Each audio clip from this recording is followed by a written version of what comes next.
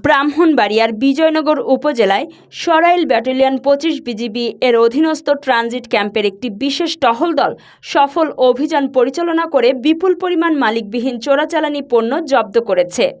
৬ই অক্টোবর সোমবার আনুমানিক ভোর সকাল ২টা ৫০ বিজয়নগরের ইসলামপুর এলাকায় এই বিশেষ অভিযান পরিচালিত হয়। অভিযানে ভারতীয় উৎপাদিত ৭,৮৩০ কেজি ফুচকা জব্দ করা হয়, যার আনুমানিক বাজার মূল্য ৪৬,৯৮,০০০ টাকা।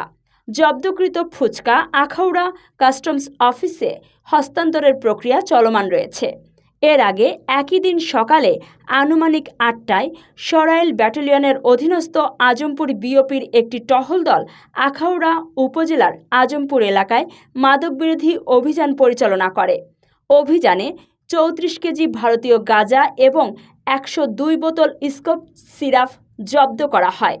এসব মাদকদ্রব্যের আনুমানিক বাজার মূল্য ১,৫৯,৮০০ টাকা।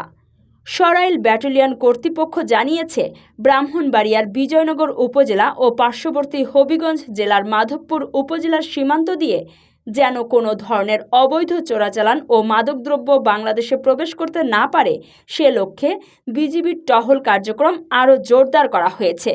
বিজিবির পক্ষ থেকে আরও জানানো হয়েছে, সীমান্তবর্তী এলাকায় চোরাচালান ও মাদক প্রতিরোধে এই ধরনের অভিযান ভবিষ্যতেও নিয়মিতভাবে অব্যাহত থাকবে।